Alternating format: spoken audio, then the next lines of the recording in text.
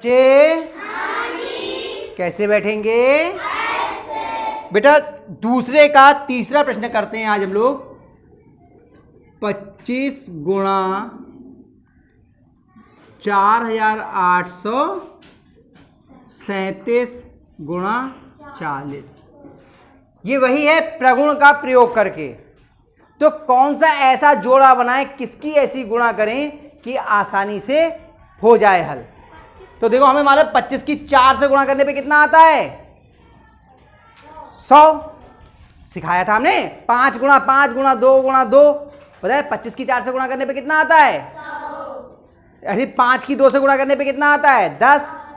तो पहले इसकी और इसकी गुणा कर लेंगे, बाद में इससे करेंगे। तो बराबर कितना हो गया? देखो ब्रैकेट में लिख लीजिए 25 गुणा 40 और गुणा 4837 बराबर 25 की 40 से गुणा करिए, कितना आ गया? 1000।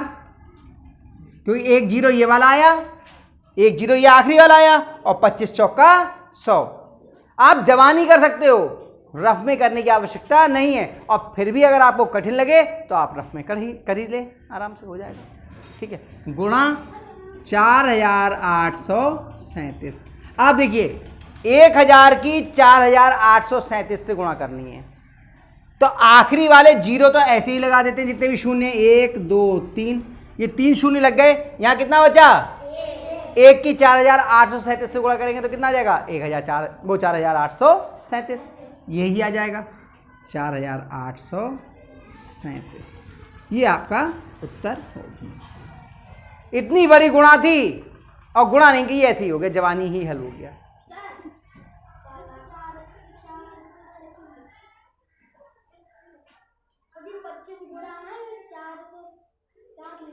यहां पर हाँ यहाँ 7 रह गया लिखने से। देखो ये सही काम किया, विशाल ने देख लिया ऊपर लिखने से रह गया है।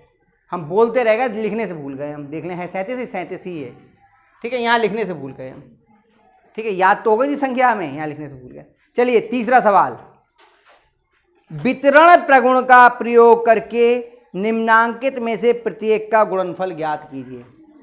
अब जो तीसरा सवाल है इसमें वितरण गुण का प्रयोग करना है। प्रीति, क्या नाम है तुम्हारा? नए बच्चे आए, आपकी क्या नाम है? हाँ पीछे देख रही हो, आपसे पूछ रहे हैं, क्या नाम है? शिखा। हाँ ध्यान से देखो बेटा इसे। अगला जो तीसरा सवाल है इसमें कह रहे हैं वितरण के प्रगुण का प्रयोग करके। बहुत ध्यान से देखोगे तो समझ में आ जाएगा, है ना, क्योंकि अभी एकदम 5वें से 6ठे में आए हो तो थोड़े प्रगुणों का प्रयोग कर रहे हैं, तो थोड़ा सा परेशानी हो रही होगी आपको, मैं समझ रहा हूं।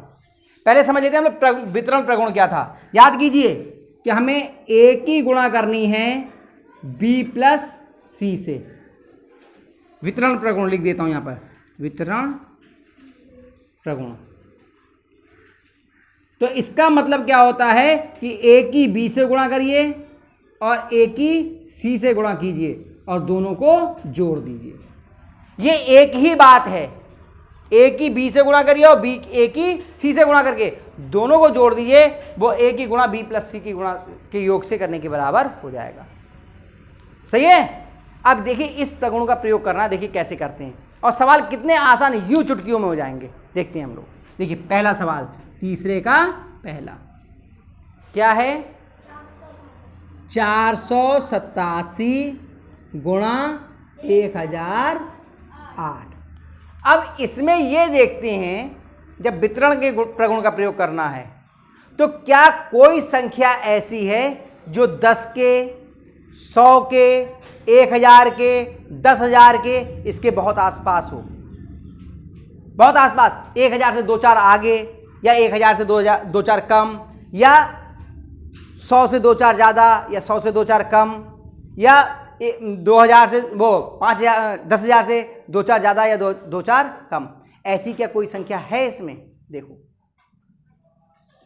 जो 10 से, 100 से, 1000 से या 10,000 से थोड़ी ज़्यादा हो या थोड़ी कम हो। बेटा आप हाथ पे क्यों लिख रहे हो? इधर ध्यान दो ना, मैं कह रहा हूं इसमें देख के बताओ। 2 संख्याएं लिखी हैं, ये कितना लिखा है? 487, और ये कितना लिखा है? तो पहले ये देखते, समझ, अगर समझोगे, ध्यान नहीं दोगे तो समझ में नहीं आएगा बेटा। देखो फिर एक संख्या है 487 और दूसरी संख्या है 1008। ये देखिए 1000 से केवल 8 ज्यादा है, मैं ये देखने को कह रहा था। कोई बात नहीं, घबराओ मत, बताओ तो जवाब देते हैं हम लोग, गलत होगा या सही होगा। हमने कहा 100 से, 10 से, 1000 से, 10,000 से, या 2-4 संख्या ज़्यादा, अंक ज़्यादा, या 2-4 अंक कम। तो देखो ये 1000 दिख रही है, केवल 8 ज़्यादा है 1000 से, तो इस संख्या को हम जोड़ के रूप में लिख देंगे। इस संख्या को क्या करेंगे? जोड़ के रूप में करेंगे, देखो तो समझ में आएगा।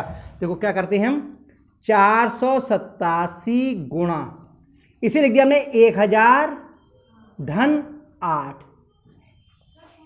भाई 1000 में 8 जोड़ देंगे तो कितना हो जाएगा? 1008। 1000 को हमने 1000 धन 8 के रूप में लिख दिया। ठीक है, अब हम क्या करेंगे? 487, भाई ये जोड़ हो गया और इसके गुणा करें। इसका मतलब क्या है? इसकी इससे गुणा करें और इसकी इससे गुणा करें और दोनों को जोड़ दें। यही तो वितरण का प्रगुण है। तब क्या किया हमने? देखो 487 की गुणा करी 1000 से, और ये जोड़ का जो निशान है ये निशान लगाया, और फिर 487 की गुणा करी हमने 8 से, बराबर इतना लिख लिया। अब 487 की 1000 से गुणा करेंगे तो क्या तरीका होगा? केवल 487 के आगे कितने जीरो लगा देंगे हम? 3। ये तो तरीका बताया है, क्योंकि 1 है ना, तो 487 और आगे हो गए 3 शून्य धन। अब 487 की 8 से गुणा, ये हम लोग रफ में कर लीजिए, ये कर लीजिए आप रफ में।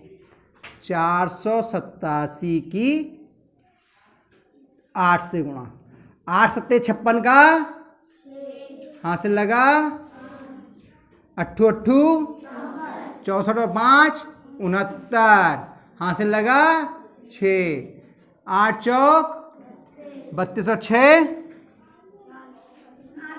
38, 3896, 3896। अब बस इन दोनों को जोड़ दीजिए। अब क्या करना है? इन दोनों को जोड़ना है। कितना था? 4000, वो 487 के आगे 3 जीरो, 4,87,000, और इसमें ये जोड़ दीजिए 6983। देखिए जब संख्याओं को हम लिखते हैं, मैंने जोड़ के जब सवाल सिखा रहा था तब बताया था कि लिखना शुरू हम हमेशा इकाई की तरफ से लिखते हैं, और अंक के नीचे अंक होना चाहिए।